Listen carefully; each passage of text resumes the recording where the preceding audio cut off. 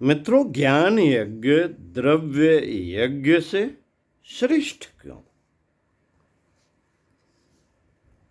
भगवान ने गीता में कहा है, श्रेयान द्रव्य मया द्या ज्ञानान ज्ञान यज्ञ परंतपः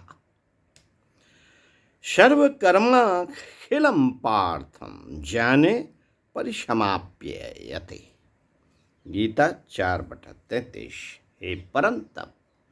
हे परंतप, द्रव्य यज्ञ से ज्ञान यज्ञ श्रेष्ठ है, क्योंकि जितने भी कर्म हैं वे सब ज्ञान में ही समाप्त होते हैं। ज्ञानदान सर्वोपरि पुण्य है, शुभ कार्य है। अपने उपरोक्त कथन में भगवान ने द्रव्य यज्ञ और ज्ञान यज्ञ की तुलना में ज्ञान यज्ञ को द्रव्य यज्ञ से श्रेष्ठ बतलाया है। ऐसा क्यों है? ऐसा क्यों है, इस पर विचार करने से पूर्व यह समझ लेना आवश्यक है कि द्रव्य यज्ञ और ज्ञान यज्ञ है क्या। द्रव्य यज्ञ का अर्थ अथवा आशय सामग्री द्वारा अग्नि में मंत्रोच्चार के साथ हवन करना है। दूसरा तात्पर्य यह है कि द्रव्य अर्थात भौतिक विभूतियों का धर्मोक्त व्यवहार करना।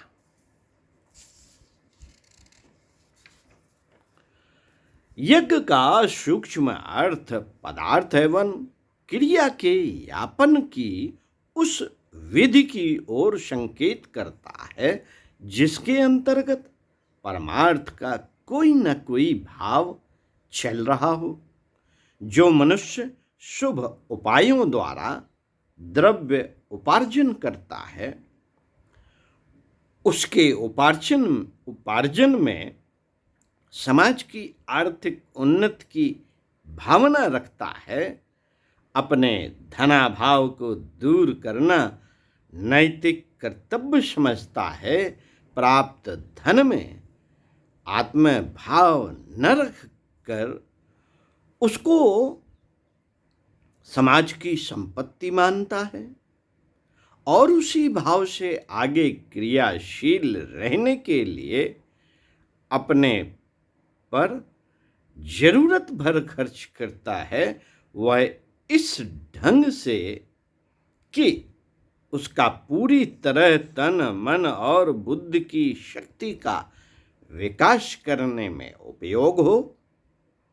शेष का उचित भाग समाज के कल्याण के लिए दान द्वारा, सहायता द्वारा अथवा संस्थापना द्वारा खर्च करता है। परमार्थ, परोपकार और पुण्य कार्य में लगाता है। वह निश्चय ही द्रव्य यज्ञ करता है जिसका फल किसी प्रकार भी अग्निहोत्र से कम नहीं होता। मित्रों, जिस प्रकार इस द्रव्य यज्ञ का कर्मयोग से संबंध है, उसी प्रकार ज्ञान यज्ञ का संबंध ज्ञान योग से है। द्रव्य की भांति ही ज्ञान का उपार्जन करना, उसका संचय तथा अभिवर्धन करना, शारीरिक सांसारिक संकटों के काटने और आत्मा के बंधन दूर करने के साथ संसार में विद्या का प्रकाश फैलाने, अविद्या को मिटाने, माया मोह को नष्ट करने में उसका यापन और वितरण करना ज्ञान यज्ञ ही कहा जाएगा। विधि भाव से करने और सूक्ष्म दृष्टि से निरीक्षण करने पर विदित होगा कि इन दोनों यज्ञों का परम परिणाम एक ही है। तथापि भगवान ने द्रव्य यज्ञ की अपेक्षा ज्ञान यज्ञ को श्रेष्ठ बतलाया है। वह किन कारणों से?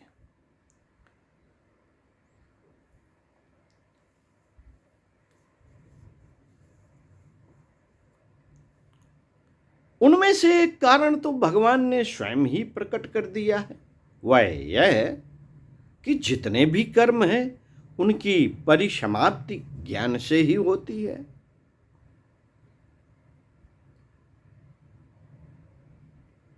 निश्चय ही इन कर्मों की परिसमाप्ति का आध्यात्मिक अर्थ तो यही है कि ज्ञान प्राप्त हो जाने पर किए हुए कर्मों के सारे अच्छे बुरे फल नष्ट हो जाते हैं और मनुष्य पुण्य पाप दोनों के बंधनों से छूटकर सर्वथा मुक्त हो जाता है। सर्वथा मुक्त हो जाता है, अपनी मूल परिस्थिति को प्राप्त कर लेता है। इसी तात्पर्य को इन शब्दों में भी कहा जा सकता है कि ज्ञानी को कर्मों का बंधन नहीं लगता, वह सर्वथा उससे मुक्त रहता है। ऐसा क्यों होता है? इसलिए कि ज्ञानी जो कुछ करता है करने योग्य कर्तव्यों को परमात्मा के लिए ही उसकी आज्ञा अनुभव करता हुआ ही करता है। करने योग्य कर्तव्यों को परमात्मा के लिए ही उसकी आज्ञा अनुभव करता हुआ ही करता है। वह जो कुछ करता है उसका फल भी उसी को समर्पित कर देता है। ऐसे त्यागी अथवा निर्लिप्त ज्ञानी पुरुषों को कर्मों का फल बोध भी किस प्रकार रह सकता है? भगवानों वाचित इस कारण के अतिरिक्त ज्ञान यज्ञ की श्रेष्ठता के अन्य कारण भी हैं। जैसे द्रव्य यज्ञ का आयोजन करने में बहुत से उपादान एवं उपकरणों की आवश्यकता होती है, जबकि ज्ञान यज्ञ के लिए किन्हीं विशेष साधनों की जरूरत नहीं होती। द्रव्य यज्ञ का संपादन करने के लिए द्रव्य की जरूरत है, पर ज्ञान यज्ञ में इसकी आवश्यकता नहीं। ज्ञान यज्ञ के लिए जिज्ञासा और बुद्धि दो साधनों की जरूरत है। वह मनुष्य को निसर्ग रूप से ही मिले रहते हैं। विचार कृषि के लिए स्वाध्याय के लिए पुस्तकों की जो आवश्यकता है वह किसी भी योग्य पुस्तकालय से पूरी हो सकती है। पुस्तकें मंगाकर भी काम चलाया जा सकता है। इसके अतिरिक्त वह स्वाध्याय सत्संग के माध्यम से भी किया जा सकता है। इसमें तो किसी प्रकार के व्यय की आवश्यकता ही नहीं है। बिना धन के द्रव्य यज्ञ करना कठिन है, इसलिए उसकी आराधना के लिए आर्थिक पुरुषार्थ करना ही होगा। आज की दुनिया में अधिक आर्थिक पुरुषार्थ की प्रकृति सर्वथा पवित्र एवं निष्कलंक बनाए रखना असंभव नहीं तो कम से कम कठिन तो है ही। किंतु ज्ञान यज्ञ की साधना में ऐसी कोई कठिनाई नहीं है। थोड़ा सजग रहकर ज्ञान का उपार्जन पवित्रता पूर्वक किया जा सकता है। अनैतिक एवं अनुचित विचार संस्कार से थोड़ा सतर्क रहकर विशुद्ध एवं कल्याणकारी ज्ञान का अर्जन किया ही जा सकता है। मित्रों, द्रव्य यज्ञ के विस्तार के लिए जो दान अथवा परोपकार का आयोजन चलाना होगा उसमें प्रदत्त धन के लिए अपात्र के पास पहुंच जाने की आशंका हो सकती है। वह अपात्र उसका दुरुपयोग कर हित में अहित की संभावना उपस्थित कर सकता है, किंतु ज्ञान यज्ञ में यह आशंका नहीं रहती।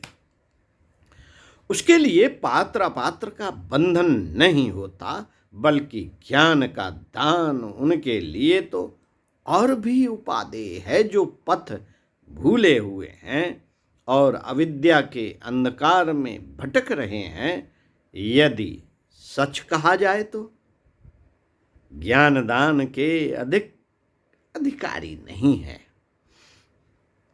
बिना मार्ग, जिनका मार्ग ठीक नहीं है, जिनका मार्ग ठीक नहीं है, उन जिनके संस्कार विकृत हो गए हैं।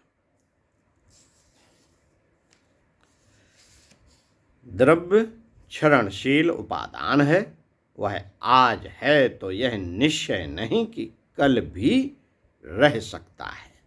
ऐसी स्थिति में किसी भी द्रव्य याज्ञिक को किसी समय भी